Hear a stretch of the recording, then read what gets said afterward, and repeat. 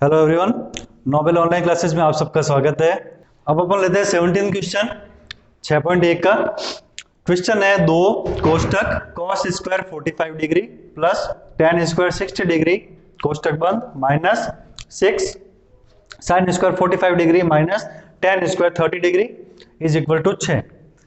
अब अपने को इसको सॉल्व करना है कि भाई जो ये लेफ्ट हैंड साइड वाला भाग है इसको जब सॉल्व करेंगे तो उत्तर निकालना है 6। अगर वो 6 आ जाता है तो अपना क्वेश्चन सिद्ध हो गया जो सवाल ने दे रखा था। अगर नहीं आता है इसका मतलब है सवाल में गलती है, ये गलत दिया हुआ है कुछ नहीं है। लेफ्ट हैंड साइड वाला भाग लो, ये जो मान दिया हुआ है cos 45 tan 60 वगैरह ये इनके मान एज इट रख लो। आप पहले मान रख दो उसके बाद आगे सॉल्व करो। तो अपन लेते हैं पहले लेफ्ट हैंड साइड वाला पोर्शन। अब देखो 2 का 2। अब यहाँ पे एक चीज ध्यान रखना, देखो जब आप cos 45 डिग्री का मान रखोगे और यहाँ पे स्क्वायर है यानी घात ऊपर 2 लगाओगे तो आपको कोष्टक में उसको बंद करना पड़ेगा, क्योंकि जब घात लगाओगे पहले अपन ने किया है ना, जब घात 2 लगाई तो कोष्टक में बंद किया उसको। तो जब आप बंद करते हो तो बाहर भी बड़ा छोटा कोष्टक अंदर भी छोटा कोष्टक, दोनों ठीक नहीं लगेगा। तो अपने कोई काम करना है, अपनी सुविधा के लिए एक बड़ा सा कोष्टक पहले बाहर बना देना है। जरूरी नहीं है लेकिन अपनी सुविधा के लिए बना देते हैं ताकि अंदर छोटा कोष्टक के अंदर सारा कुछ हो जाए। ठीक है, अब 2 का 2 एक बड़ा कोष्टक बना दिया। अब यहाँ पे cos 45 डिग्री है, cos 45 का मान इंडेक्स में देखो फटाफट, उसके अंदर मान आएगा cos 45 का 1/√2। ऊपर स्क्वायर है तो ये लगा दो घात 2 कोष्टक बंद करके। ठीक है, फिर प्लस का plus tan square 60 degree, tan 60 का मान इंडेक्स निकालो, उसके अंदर देखो tan 60 का मान है √3। tan 60 का मान दिया हुआ √3। अब ऊपर स्क्वायर है तो स्क्वायर लगा दिया।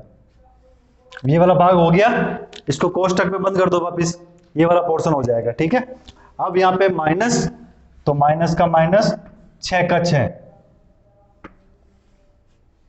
अब देखो साइन स्क्वायर 45 डिग्री है तो साइन 45 का देखो निकालो इंडेक्स। साइन 45 का मान क्या दिया हुआ है, उसके अंदर आपको मिलेगा साइन 45 का मान 1/√2। तो 1/√2 ये लिखो, उसके ऊपर स्क्वायर है तो घात 2 और माइनस का माइनस। फिर देखो tan स्क्वायर 30 डिग्री है तो tan 30 का मान देखो इंडेक्स के अंदर आपको मिलेगा √3। तो tan 30 की जगह पे आ जाएगा √3 और घात 2 के ऊपर कोष्टक के ऊपर आ जाएगी घात 2। ठीक है, तो ये पहली लाइन के अंदर अपन ने क्या किया, जितने भी दिए हुए थे cos 45 tan 60 sin 45 tan 30 इन सब के मान एज इट अपन ने रख दिए। अगर यहां तक आपने कर लिया तो आधा काम हो गया। अब तो इसको सिर्फ सॉल्व करना है। अब सॉल्व कैसे करोगे, देखो 2 बाहर ही है तो इसको बाहर ही रखो 2। अब अंदर देखो यहाँ पे स्क्वायर है, स्क्वायर का मतलब क्या है, उस संख्या का गुणा उसी से हो रहा है, यानी 1 का स्क्वायर है तो 1 का गुणा 1 से किया 1 और √2। ये मैंने आपको कल भी बताया था कई बार कि जब √2 का गुणा √2 से होता है तो क्या आता है 2, √2 उसके ऊपर से हट जाता है। √3 का गुणा √3 से होता है तो 3, √4 का होगा √4 से तो 4। ये आपको ध्यान रखना है। ठीक है, तो 1 का गुणा 1 से हुआ तो 1, √2 का गुणा √2 से करोगे तो आ जाएगा अपने पास में 2 प्लस √3 का स्क्वायर, √3 का स्क्वायर वो के वो कंसेप्ट क्या आ जाएगा 3 कोष्टक बंद माइनस 6। अब यहां पे है 1/√2 का स्क्वायर, 1/√2 का स्क्वायर वो क्या वो चीज, 1 का गुणा 1 से किया 1, नीचे √2 का गुणा √2 से किया तो 2, तो 1/2 ये सॉल्व हो गया। माइनस √3 का स्क्वायर वो क्या वो कंसेप्ट, √3 का स्क्वायर का मतलब √3 इंटू √3, तो कितना आ जाएगा 3। ठीक है, ये अपन ने कर लिया।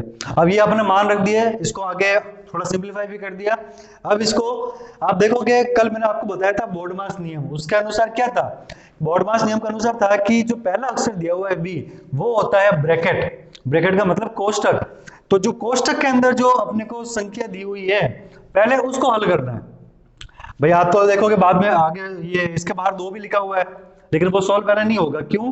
कि BODMAS अपने को उस नियम के अनुसार चलना है, और BODMAS नियम ये बोलता है पहले करो कोष्टक, उसके बाद भाग, फिर गुणा, फिर जोड़, और फिर बाकी। ये कल बताया था मैंने। अब यहाँ पे देखो कोष्टक बंद है, तो इसका मतलब है पहले ये वाला भाग अपने को सॉल्व करना है। करो भाई इसको सॉल्व। अब यहाँ देखो 3 के नीचे कुछ नहीं है, तो मैं मान सकता हूँ एक है, कल बताया था। हर के अंदर अगर कोई संख्या नहीं दी हुई है तो उसको आप एक मानकर चलो, कोई फर्क नहीं पड़ता।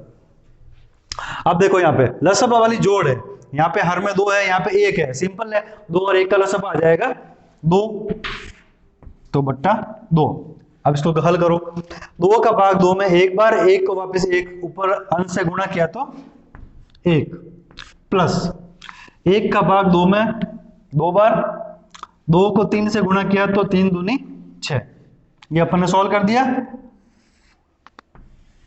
बाहर 2, इसको एज इट। देखो यहाँ पे कोष्टक के बाहर 2 लिखा हुआ है, इसका मतलब क्या है? मैंने बताया आपको कई बार कि जब कोई भी निशान नहीं हो 2 संख्याओं के बीच में, तो वहां पर अपने को गुणा मानकर चलना है। वहां पे क्या हो रहा है? गुणा हो रहा है, ठीक है ना। जैसे ए बी है, तो ए और बी के बीच में कोई निशान तो नहीं है, लेकिन साथ में लिखे हुए ए बी, इसका मतलब क्या है? उसका मतलब ए इंटू बी। उसी तरीके से यहाँ पे 2 है कोष्टक के बाहर और अंदर ये है, पर कोई निशान नहीं है, इसका मतलब है 2 का गुणा हो जाएगा जो भी इसका मान आएगा उसके साथ में, ठीक है। अब माइनस का माइनस, 6 का 6। अब इसको सॉल्व करो भाई, यहां भी सेम चीज है। एक चीज है, ये यहाँ पे देखो tan 30 का मान अपन ने गलती करी है। tan 30 यहाँ पे √3 नहीं होगा, यहाँ पे 1/√3 होगा, ठीक है। छोटी सी मिस्टेक है, इसको सॉल्व कर देना।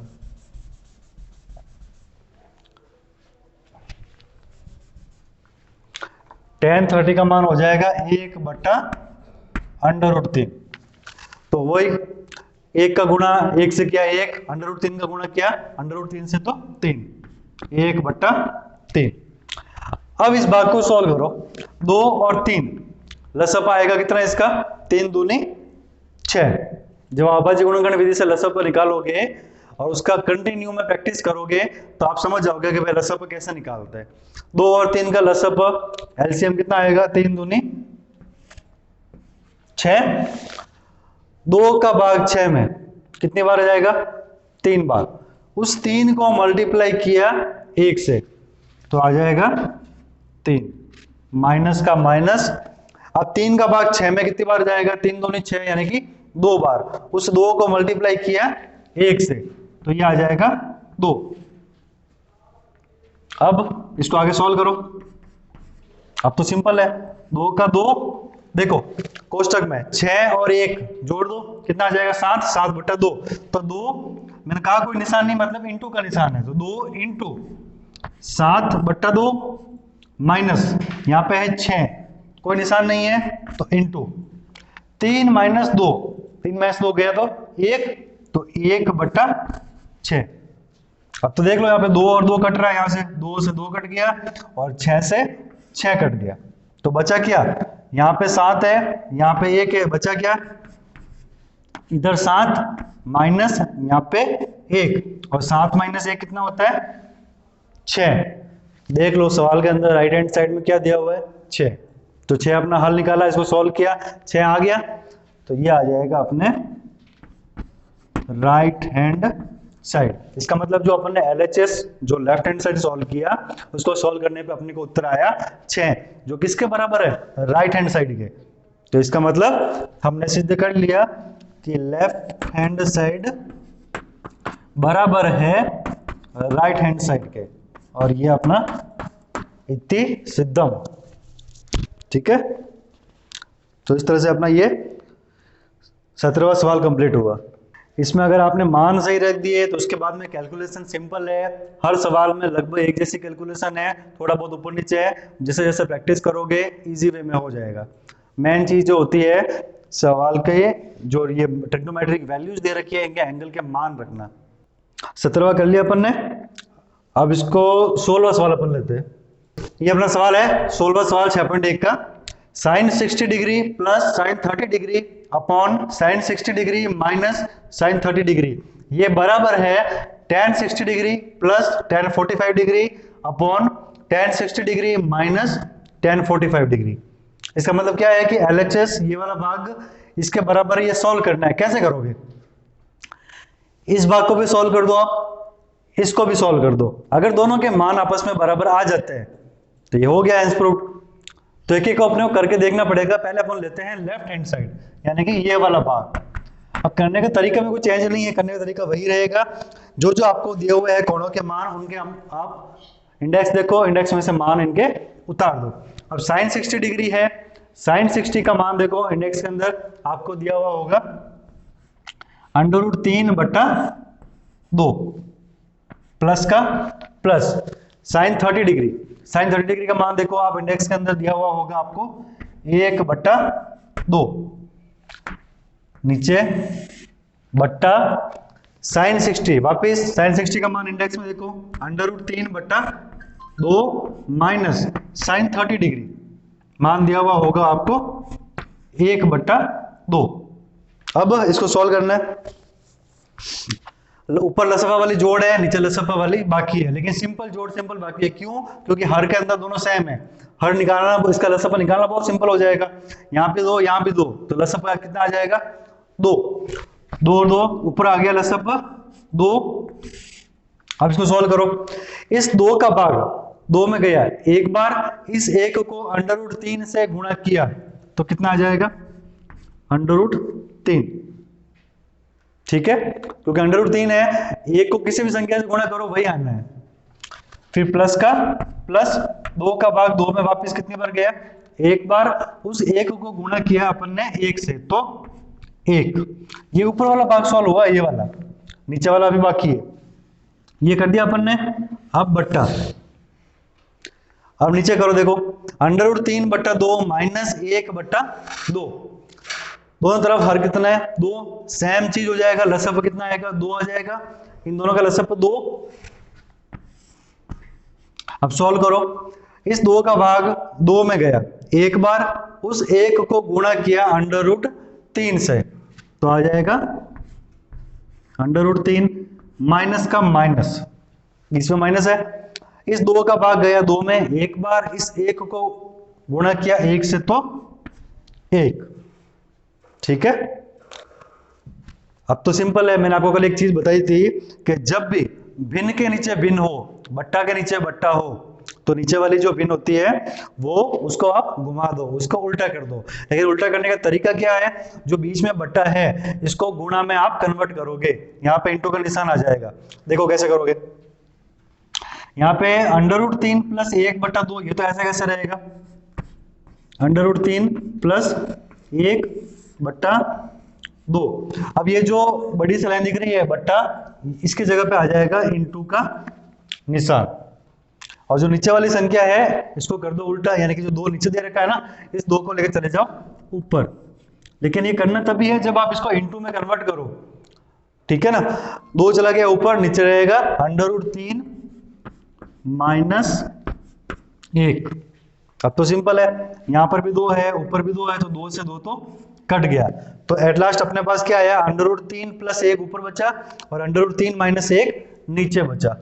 तो ये आ जाएगा √3 प्लस 1/√3 माइनस 1। ये लास्ट अपने पास आया इधर। अब आप अगर चाहो तो इसको आगे भी सॉल्व कर सकते हैं, लेकिन वो पता चलेगा राइट हैंड साइड सॉल्व करने के बाद में कि उसकी जरूरत है या नहीं है। ठीक है ना, फिलहाल अपन इसको यहीं तक रखते हैं √3 प्लस 1/√3 माइनस 1। अब एक काम करते हैं, इधर तो कर लिया, अब अपन लेके चलते हैं राइट हैंड साइड को। राइट हैंड साइड मतलब बराबर के इस साइड वाला पोर्शन। इसमें देखो इधर दिया हुआ है tan 60 degree plus tan 45 degree upon tan 60 degree minus tan 45 degree. तो tan 60 डिग्री का मान देखो इंडेक्स में फटाफट। tan 60 डिग्री का मान दिया हुआ है, tan 60 डिग्री का मान दिया हुआ आपको √3। tan 60 का मान हो जाएगा √3 प्लस का प्लस tan 45 का मान हो जाएगा 1 बट्टा tan 60 का मान हो जाएगा √3 माइनस tan 45 का मान हो जाएगा 1। √3 प्लस 1 अपॉन tan √3 माइनस 1। तो आप देखोगे राइट हैंड साइड को सॉल्व करने के बाद में तो जो पहली लाइन है उसके अंदर ही अपना आंसर आ गया। क्यों? देखो एलएचएस अपने जो सॉल्व किया था इतना सब बड़ा भाग, लास्ट में उत्तर क्या आया था? √3 + 1 बट्टा √3 - 1। राइट हैंड साइड में भी यही आ रहा है, तो इसका मतलब क्या है कि अपन ने सॉल्व कर दिया है और सॉल्व करने पे देखा कि एलएचएस बराबर है आरएचएस, अतः हैंस प्रूव्ड। ठीक है, यही अपने को करना था। सवाल में यही कह रहा था कि दोनों भाग को सॉल्व करो, देखो आपस में बराबर है या नहीं है। अगर बराबर है तो ये प्रूव हो जाएगा। अपने दोनों को कर लिया, दोनों के मान बराबर आ गए, अतः एलएचएस बराबर हो गया आरएचएस। ठीक है, हाँ भाई 18वां सवाल है अपना। 18वें सवाल के अंदर दे रखा है sec square 30 degree plus cosec square 45 degree कोष्टक 2 cos 60 degree plus sin 90 degree plus tan 45 degree. ये सारा सॉल्व करने के बाद बराबर में है 10। मतलब पहला सॉल्व करो आप लेफ्ट हैंड साइड को, लेफ्ट हैंड साइड सॉल्व करोगे, देखो कि वो 10 आता है कि नहीं आता है, करके देख लेते हैं। तो अपन लेते हैं पहले लेफ्ट हैंड साइड, इसके अंदर डायरेक्ट आप मान रखो। देखो कोष्टक का कोष्टक, अब यहां पे दिया हुआ है sec स्क्वायर 30 डिग्री, 2/√3 है sec 30 का मान, लेकिन उसके ऊपर स्क्वायर है। तो जब स्क्वायर होता है तो अपन क्या करते हैं? घात 2 लगाते हैं। इसके लिए आप एक काम करो, इसको बड़े कोष्टक में बंद कर लो। यहाँ पे देखो sec स्क्वायर 30 है ना, तो इसको लिख लो 2/√3 स्क्वायर। ठीक है, घात 2 लगा दी, प्लस अब है cosec स्क्वायर 45 डिग्री। तो sin 45 डिग्री का मान क्या होता है? 1/√2। cosec sin का उल्टा होता है, तो 1/√2 घूम जाएगा तो क्या आ जाएगा? √2। अब √2 है तो √2 के ऊपर स्क्वायर, क्योंकि घात 2 अपने को दी हुई है, cosec स्क्वायर 45 दिया हुआ है। ठीक है, ये किया, कोष्टक बंद कर दो। वापिस नेक्स्ट कोष्टक, ये वाला बड़ा सा कोष्टक बनाओ, इसके अंदर 2 का 2।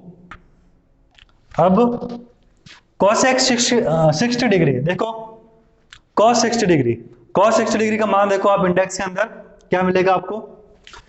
1/2। यहां पे मैंने लगाया इंटू का निशान। क्यों? मैंने आपको बार बार बताई एक चीज कि जब दो संख्याओं के बीच में कोई निशान नहीं है मतलब इंटू का निशान है। भाई दो संख्या का मतलब ऐसा नहीं है कि आप मैंने लिखा 25 तो आप 2 × 5 जोड़ दो, ऐसा नहीं। जब आपको इस तरह की संख्या दिखे 2 × cos 60, बीच में कोई निशान नहीं दिया हुआ है, तो यहाँ पे आपको इंटू को कंसिडर करना है। 2 × cos 60 डिग्री, तो cos 60 डिग्री का मान है 1/2। फिर प्लस का प्लस sin 90 डिग्री, आप देखो इंडेक्स sin 90 डिग्री का मान है अपने पास में 1, प्लस फिर देखो tan 45 डिग्री, tan 45 डिग्री का मान भी अपने पास में है 1। ठीक है, तो पहली लाइन के अंदर अपन ने पहले स्टेप में जितने भी दिए होते टर्म, इन सब के मान अपन ने लिख लिए। अब इसको आगे सॉल्व करना है। देखो 2/√3 का स्क्वायर है, कर लो। 2 का 2 से गुणा किया, कितना आएगा? 4 बट्टा √3 का गुणा जब √3 से ही होगा तो कितना आएगा? बताया मैंने, जब √3 का गुणा √3 से होता है तो √ हट जाता है, उसके नीचे आ जाएगा अपने पास में 3। ये वाला भाग सॉल्व हो गया, प्लस √2, सेम कॉन्सेप्ट। √2 को जब गुणा करोगे √2 से तो वो आएगा 2। ठीक है, ये वाला भाग इतना से सॉल्व हो गया, इसको बंद कर दो कोष्टक में। अब इधर, अब यहां पे देखो, यहां पे सब एक साथ हो रहा है, जोड़ भी हो रही है, गुणा भी हो रहा है, लेकिन करेंगे क्या? पहले बॉडमास नियम। बॉडमास नियम क्या कहता है? सबसे पहले मल्टीप्लाई, सबसे पहले गुणा, उसके बाद में जोड़। तो पहले गुणा कहां हो रहा है? यहां पे। अब यहां पे देखो ऊपर दिया हुआ है 2, नीचे भी दिया हुआ है 2, तो आपस में कट जाएगा। 2 से 2 कट गया, ये 1 बचा इधर, फिर प्लस 1 प्लस 1, यानी 3 1 हो गए। 1 प्लस 1 प्लस 1 कितना हो जाएंगे अपने पास में? 3। ठीक है, अब ये वापस देखो 2 कोष्टक है, कोष्टक के बीच में कोई निशान नहीं है, मतलब इसका गुणे का निशान है। ठीक है, इसको आगे सॉल्व करो। यहाँ पे 2 के नीचे कोई निशान, कोई संख्या नहीं है, मतलब आप 1 मान लो। अब लसअप लो, इधर 3 है इधर 1 है, 3 और 1 का लसअप आ जाएगा अपने पास 3 बट्टा में 3। 3 का भाग 3 में गया कितनी बार, 1 बार। उस 1 को गुणा किया अपन ने 4 से, 4 प्लस इधर 1 का भाग 3 में गया 3 बार, उस 3 को वापस 2 से गुणा किया तो 3 दूनी 6। कोष्टक बंद कर दो। इधर क्या है 3 है। अब देखो 6 और 4 प्लस क्या है, जोड़ दो, 6 और 4 होता है 10, तो ये आ जाएगा 10 बट्टा 3। अब यहां मैं कोष्टक खोल रहा हूं, खोलने पर यह आ जाएगा गुणे का निशान इनटू, यहां पे क्या है 3 है, तो 3 से 3 कट गया, पीछे क्या बचा 10। तो भाई लेफ्ट हैंड साइड तो क्लियर है, लेफ्ट हैंड साइड का मान तो 10 आ रहा है। क्या राइट हैंड साइड में 10 दिया हुआ है अपने को? हाँ भाई दिया हुआ राइट हैंड साइड में भी। तो यही तो अपने को सिद्ध करना था कि इस पूरे सवाल को सॉल्व करने के बाद में राइट हैंड साइड में 10 आता है कि नहीं आता है। तो जब अपन ने सॉल्व किया इसका मान 10 आ रहा है और ये बराबर हो जाएगा राइट हैंड साइड, अतः हैंस प्रूव्ड। ठीक है, सिंपल प्रोसेस है। जो ट्रिग्नोमेट्री टर्म्स दिए हुए हैं उनके मान रख दो, मान रखने के बाद तो कैलकुलेशन है, वो कैलकुलेशन करनी है, सवाल सॉल्व हो जाएगा।